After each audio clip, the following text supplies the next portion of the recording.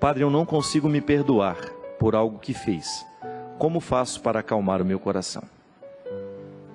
Minha filha, a gente só pode seguir adiante à medida em que a gente deixou limpo o caminho para trás. Não adianta. A nossa vida afetiva, se nós não nos exercitarmos na experiência da reconciliação diária, nós não vamos longe. Já disse isso aqui, Adélia Prado tem um poema lindo que ela fala, a experiência religiosa consiste, não é um poema, é um texto que ela escreveu, uma declaração que ela fez, sei lá. A experiência religiosa consiste desde a leitura de um texto sagrado, do observar formigas trabalhando e também de um olhar amoroso sobre nós mesmos. Isso é religião, é você lançar um olhar amoroso sobre si mesmo. O que é o olhar amoroso? É o olhar da reconciliação. Sabe por que às vezes a gente não se perdoa? É porque a gente não se compromete com a segunda parte do perdão que a gente precisa se dar. Como é que eu vou me perdoar se eu continuo agindo errado? Lembra, o exercício do perdão é contrato, igual eu estava dando o exemplo no início aqui do programa. Eu perdoo, mas a criatura perdoada tem que se comprometer com o perdão que recebeu. Tem que fazer um esforço para mudar. Se eu, ao me perdoar, não faço um esforço para a minha mudança, eu vou continuar patinando e não chego a lugar nenhum.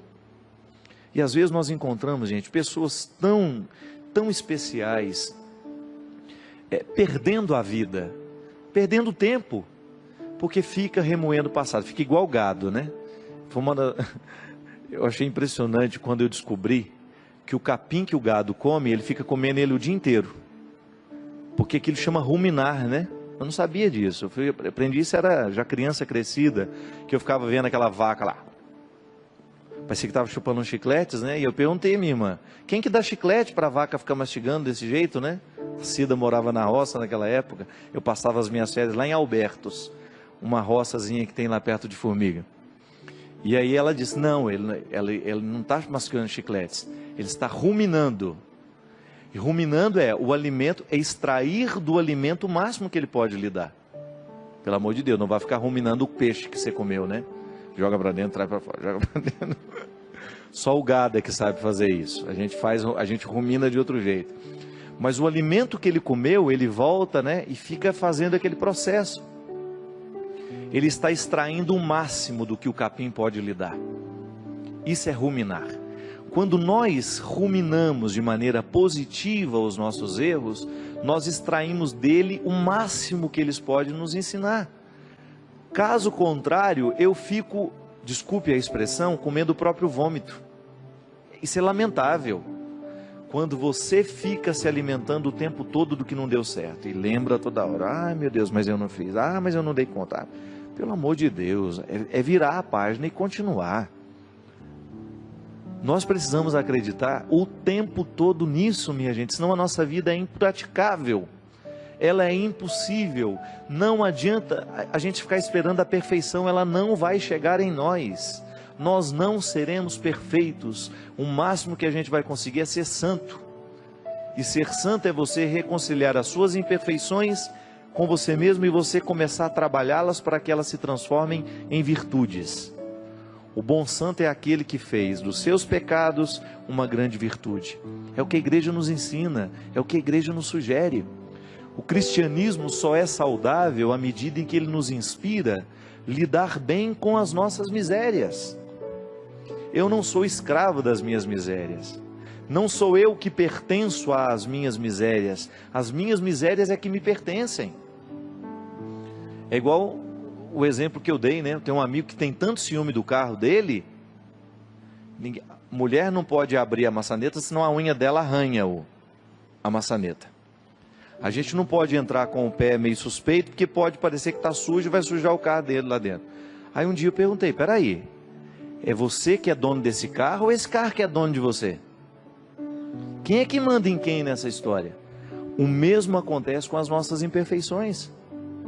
Quando nós começamos a dar às nossas imperfeições o poder de nos comandar. Quando nós começamos a autorizar os nossos defeitos a serem a centralidade da nossa vida. Nós não podemos centralizar os nossos defeitos e torná-los o motor, né? A engrenagem, a peça de engrenagem. O que é a peça da engrenagem? É aquela que faz o motor funcionar, rodar. A máquina roda a partir do funcionamento da engrenagem. Se eu coloco na engrenagem principal os meus defeitos, então eu vou girar em torno dos meus defeitos. E dificilmente eu vou conseguir enxergar neles algum processo de mudança. Agora, se eu coloco a minha atenção nas minhas possibilidades, então eu vou colocar todo o meu empenho, a minha vontade nas minhas possibilidades. Por que o invejoso não vai para frente? Porque o invejoso vive olhando para o quintal do outro. Ele não é capaz de administrar a própria vida, mas ele deixa que o outro, com seu sucesso, fique administrando a vida dele. O invejoso, na verdade, o que ele é? É uma pessoa extremamente infeliz. Ele não consegue viver a própria vida porque ele quer a vida do outro. Ele não consegue construir a própria riqueza porque ele quer a riqueza do outro.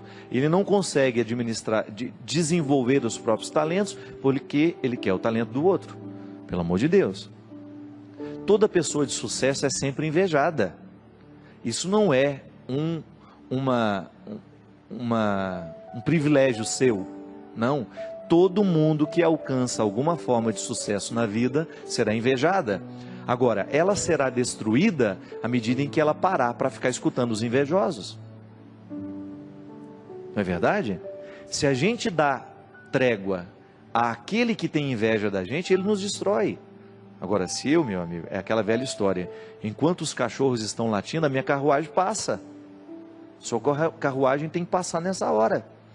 Não pare para ficar ouvindo aquilo que não vale a pena. Não fique colocando a sua atenção nas palavras de quem não tem consideração por você. É muito bom, gente, a gente receber palavras que estejam comprometidas com a gente. Eu tenho algumas pessoas que às vezes me escrevem regularmente. E às vezes eu comecei a observar que tem algumas delas que só escrevem para falar defeitos. Que nos últimos 5, 6 e-mails eu não encontrei uma palavra assim de, olha, estava legal isso. Não, é sempre salientando um defeito. Eu não quero isso para a minha vida. Eu só vou aceitar a correção fraterna de quem sabe colocar o que diz de maneira carinhosa e que não faz da sua conduta excessiva de correções. Eu não preciso disso, eu já tenho maturidade suficiente para saber os caminhos que eu quero trilhar. Agora, os amigos que estão próximos me corrigirão na medida certa. Eu não quero dar a alguma pessoa que é apenas conhecida a autoridade de ficar me corrigindo todo dia. Bem, será que parou para perguntar qual é a opção que eu fiz? Por que eu fiz daquele jeito? Por que falei daquela forma? Não. Às vezes a pessoa já vem com a correção pronta porque ela acha que ela já tem a totalidade do conhecimento a respeito da sua verdade. Não, muito obrigado. E às vezes o nosso erro, a nossa infelicidade nasce disso. Quantas pessoas você encontra infeliz, mas infeliz mesmo? Eu encontro essas pessoas. Elas estão profundamente infelizes porque elas começaram a colocar o ouvido delas numa parede em que ela só escuta inveja. Não tem aquela história, gente? Eu colocava o copo para a gente escutar, o outro falando mal da gente. Olha que imbecilidade. Vê lá se eu quero ouvir o outro falar mal de mim agora. Eu não. Quero ouvir correções fraternas, isso sim. Agora, o outro falar mal de mim. Eu me lembro uma vez, estava fazendo a tenda do Senhor com o Padre Léo. Aí eu estava falando assim, a gente estava dizendo, né, às vezes de pessoas que criam comunidade para falar mal do outro. E aí, ele falou, e você tem um trem desse?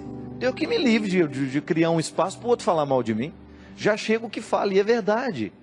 Às vezes nós colocamos o copo na parede para ouvir o que o inimigo está falando de nós. Cuidado. Porque às vezes nós fazemos a escolha errada aí. Para que querer saber o que não vai edificar?